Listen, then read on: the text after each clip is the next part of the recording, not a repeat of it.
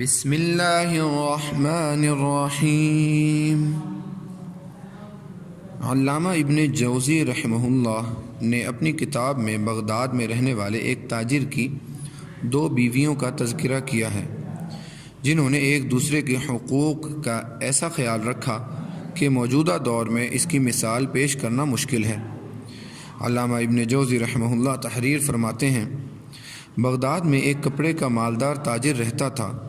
ایک دن وہ اپنی دکان میں بیٹھا تھا کہ ایک کمسن عورت آئی اور خریدنے کے لیے کوئی چیز مانگی۔ اس دوران کہ وہ دکاندار سے باتیں کر رہی تھی، اچانک اس نے اپنا چہرہ کھول دیا۔ دکاندار اسے دیکھ کر حیرت زدہ رہ گیا، کہنے لگا، بخدا جو کچھ میں نے دیکھا ہے میں اس پر حیران ہوں۔ وہ عورت کہنے لگی کہ میں کوئی چیز خریدنے نہیں آئی، میں تو بہت دنوں سے بازار آ جا رہی ہوں تاکہ کوئی بھلا آدمی دل کو لگے کہ میں اس سے شادی کر لوں۔ تم میرے دل کو لگے ہو، میرے پاس بہت سا مال بھی ہے، تو کیا تم مجھ سے شادی کرنا پسند کرو گے؟ دکاندار نے اس سے کہا کہ میری چچا زاد بہن سے شادی ہوئی ہے اور میں نے اس سے یہ عہد کر رکھا ہے کہ میں اسے چھوڑوں گا نہیں، میرا اس سے ایک لڑکا بھی ہے۔ وہ عورت بولی کہ میں اس پر راضی ہوں کہ تم ہفتے میں صرف 2 مرتبہ میرے پاس آ جایا کرو۔ دکاندار اس پر راضی ہو گیا اور اس سے نکاح کر لیا، اس کے ساتھ گھر گیا۔ پھر وہ واپس اپنے گھر آیا اور اپنی اہلیہ سے کہنے لگا کہ میرے ایک دوست نے کہا ہے کہ رات میں اس کے یہاں رہوں۔ یہ کہہ کر وہ چلا گیا اور رات اس عورت کے یہاں گزاری۔ پھر یہ معمول ہو گیا کہ وہ ہر روز ظہر کی نماز کے بعد اس عورت کے پاس جانے لگا، حتیٰ کہ 8 ماہ گزر گئے۔ اس دکاندار کی پہلی بیوی کو اپنے میاں کے حالات کچھ عجیب سے لگنے لگے۔ اس نے اپنی باندی سے کہا کہ جب یہ گھر سے نکلیں تو دیکھنا کہ کہاں جاتے ہیں۔ چنانچہ وہ دکاندار جب گھر سے نکلا تو باندی بھی پیچھے ہو لی۔ وہ اپنی دکان پر آ گیا، باندی کہیں چھپی رہی۔ جب ظہر کا وقت ہوا تو وہ دکان سے اٹھ کر جانے لگا، باندی بھی پیچھے چل پڑی۔ دکاندار کو باندی کے پیچھے آنے کا بالکل پتہ نہ تھا۔ وہ اسی بے خبری میں اس عورت کے گھر چلا گیا۔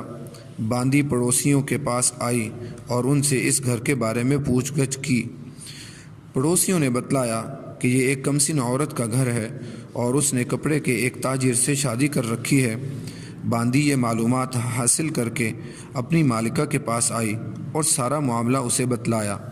مالکہ نے اسے کہا، خبردار، اس قصے کے متعلق کسی کو کچھ پتہ نہیں چلنا چاہیے، اور اس نے اپنے شوہر سے بھی اس کے متعلق کچھ نہیں کہا۔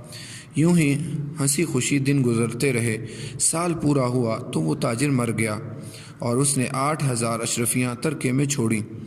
تاجر کی اس بیوی نے، جو اس کی چچا زاد بہن تھی، ترکے کو تقسیم کیا، چنانچہ 7000 اشرفیاں بچے کے لیے الگ کر دیں اور باقی 1000 اشرفیوں کے 2 حصے کیے۔ آدھی اشرفیاں ایک تھیلے میں رکھ کر باندی سے کہا کہ یہ تھیلا اس عورت کے پاس لے جا جو اس تاجر کی دوسری بیوی تھی، اور اسے بتلا کہ تاجر کی وفات ہو گئی ہے اور اس نے ترکے میں 8000 اشرفیاں چھوڑی ہیں، جن میں سے 7000 تو اس کے لڑکے کو مل گئے جو اس کا حق بنتے ہیں۔ 1000 اشرفیاں جو باقی بچی تھیں وہ میں نے اپنے اور تمہارے درمیان تقسیم کر لی ہیں، یہ تمہارا حق ہے، یہ لے لو۔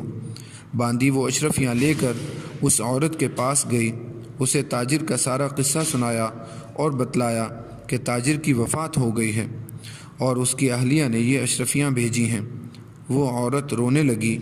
پھر اس نے اپنا صندوق کھول کر ایک پرچہ نکالا اور باندی سے کہا کہ یہ اپنی مالکن کے پاس لے جا، اسے میرا سلام کہہ اور یہ بتلا کہ اس تاجر نے مجھے طلاق دے دی تھی، یہ اس کا لکھا ہوا کاغذ ہے، اور یہ مال اس کی اہلیہ کو واپس لوٹا دیں، کیونکہ میں اس تاجر کے ترکے کی کسی چیز کی بھی حقدار نہیں ہوں۔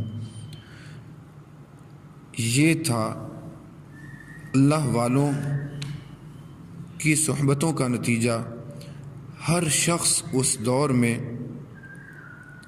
اپنے اپنے حقوق کی ادائیگی میں بھرپور کردار ادا کرتا تھا۔ اللہ تبارک و تعالی آج بھی ہمیں اپنے حقوق کی ادائیگی کرنے کی توفیق نصیب فرما دے، اور یہ جو حق تلفی کرنے کی بیماری آج کے دور میں ہر دوسرے شخص کو لگی ہے، اللہ اس حق تلفی سے ہمیں پناہ عطا فرمائے۔ آمین۔ وآخر دعوانا الحمد للہ رب العالمین۔